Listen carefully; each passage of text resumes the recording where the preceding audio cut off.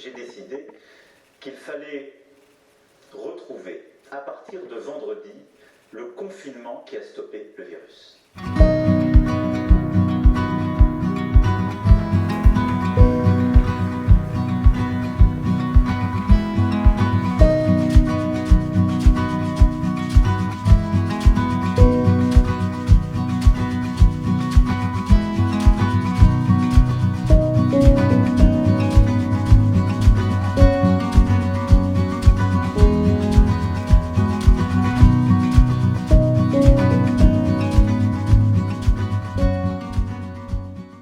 Et ouais, cette saison 2 du confinement, ça va être long, hein, parce que quand on regarde les montagnes comme ça en automne, magnifique, ce temps splendide, c'est vrai qu'on a envie d'aller dehors, mais bon, c'est comme ça, va falloir s'y faire. Donc voilà, justement, je voulais en parler un petit peu de tout ça aujourd'hui avec vous.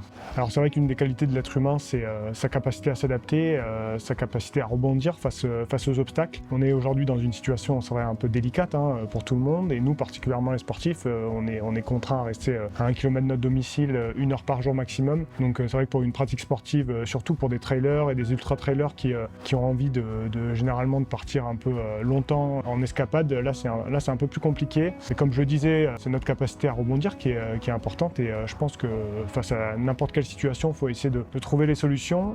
Aujourd'hui, on va essayer de parler un petit peu de ça et de voir justement comment, pendant le confinement, on peut finalement se servir de ces contraintes pour essayer de progresser sur des points qu'on n'a pas l'habitude de travailler. Alors la première chose, je pense, c'est de bien identifier ses faiblesses. Généralement, on va pas se mentir, on aime bien faire nos sorties tranquilles, sans vraiment d'objectif. Je pense que ça, c'est la majorité des gens, et moi j'en fais partie, hein, clairement. Je n'ai pas de plan d'entraînement particulier, ce genre de choses. Je sors un peu à l'envie et puis je fais aux sensations. Là aujourd'hui, c'est vrai que avec les contraintes qu'on a, c'est un peu plus compliqué, hein. Partir juste 1 heure à 1 km de son domicile maximum, juste comme ça pour le plaisir, c'est vrai qu'il n'y aura pas grand chose, pas grand intérêt. Alors moi, j'ai la chance de vivre ici en montagne, donc très vite, même à beaucoup moins d'1 kilomètre de mon domicile, je peux vite être en montagne et quand même prendre du plaisir. Mais malgré tout, je ne sais pas tout le monde qui est dans cette situation-là, donc voyons ensemble déjà un petit peu qu'est-ce qu'on peut améliorer pendant cette période du confinement. J'ai ciblé 3 choses principalement, en prenant exemple sur mon cas, mais je pense qu'on est beaucoup dans ce cas-là. Première chose, c'est le renforcement des muscles profonds de manière générale. Donc là, on va parler de gainage, on va parler de renforcement au niveau des jambes, des mollets, des quadris, etc. Je pense que ça, c'est souvent une première faiblesse qu'on a tendance à pas du tout travailler, ou trop peu pendant l'année, en temps normal, j'ai envie de dire. Ensuite, la deuxième chose, c'est la proprioception. Alors ça, c'est vrai que c'est aussi autre chose peut-être encore plus que le renforcement, c'est quelque chose qu'on laisse souvent de côté, que ce soit en trail, que ce soit même en course à pied, hein. La proprioception, c'est quelque chose en fait assez essentiel, et qui peut, en la travaillant, déjà nous prévenir de blessures, et puis aussi nous faire progresser. Je pense notamment en descente, où là, c'est quelque chose de super important. Et enfin, la vitesse, hein, la vitesse, tout ce qui est intensité. Alors vitesse sur plat, intensité en côte, en descente. C'est vrai que tout ça aussi, enfin moi à titre personnel, je le travaille quasiment pas. Alors là, je le travaille un petit peu en ce moment, je vous expliquerai bientôt pourquoi, mais de manière générale, dans l'année, je le travaille très peu. On est beaucoup dans ce cas-là. La période hivernale, c'est souvent là où on fait ce travail-là, et les contraintes actuelles peuvent nous pousser à travailler la vitesse et les intensités de manière générale. Donc voilà, ça c'est une troisième faiblesse qu'on peut travailler finalement assez facilement pendant cette période de confinement.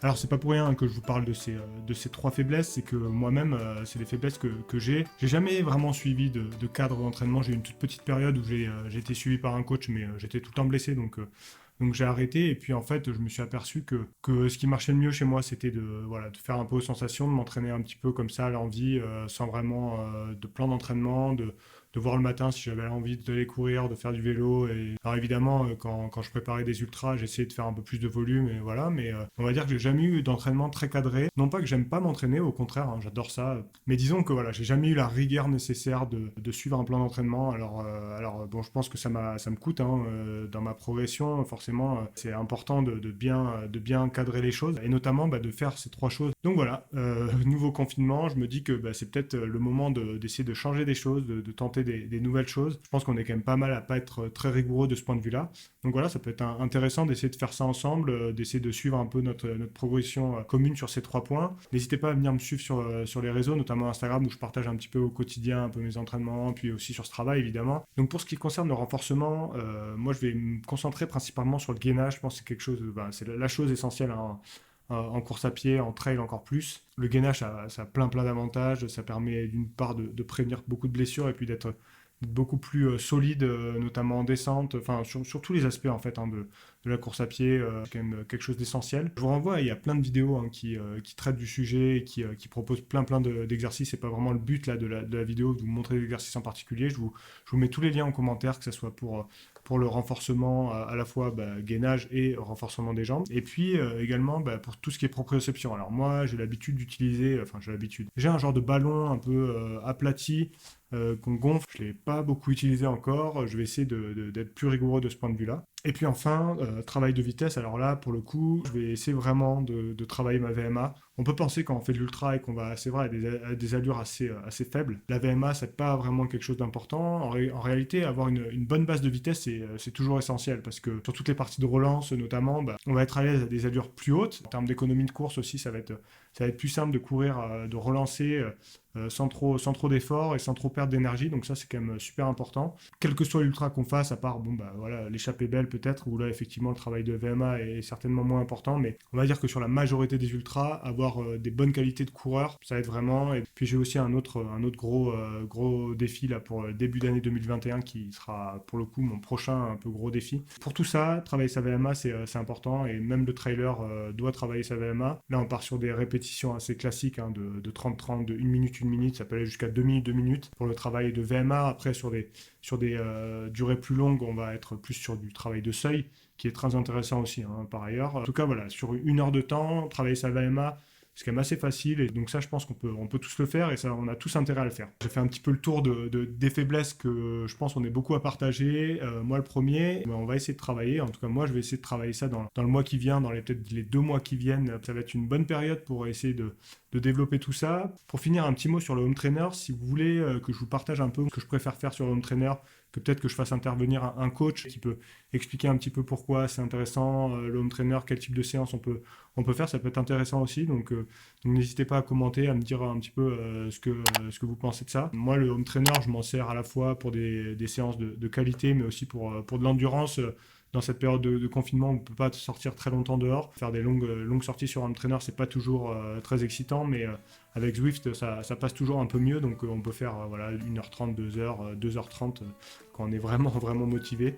Et là, ça permet de garder un fond d'endurance. C'est intéressant, même si c'est pas l'essentiel pour cet hiver. Donc voilà, c'est comme ça que se termine cette vidéo. Je vous laisse pour aller faire d'ailleurs une petite séance de vitesse assez courte, assez intense. Et puis on se retrouve très vite. Là, je pense que le rythme de vidéo va être un peu plus intense pendant cette période de confinement pour essayer qu'on soit tous alertes et qu'on reste tous motivés à travailler ensemble et puis à découvrir du matos et plein d'autres choses. Donc voilà, bon courage à tous et puis on se retrouve très vite dans une prochaine vidéo. Allez, ciao à tous.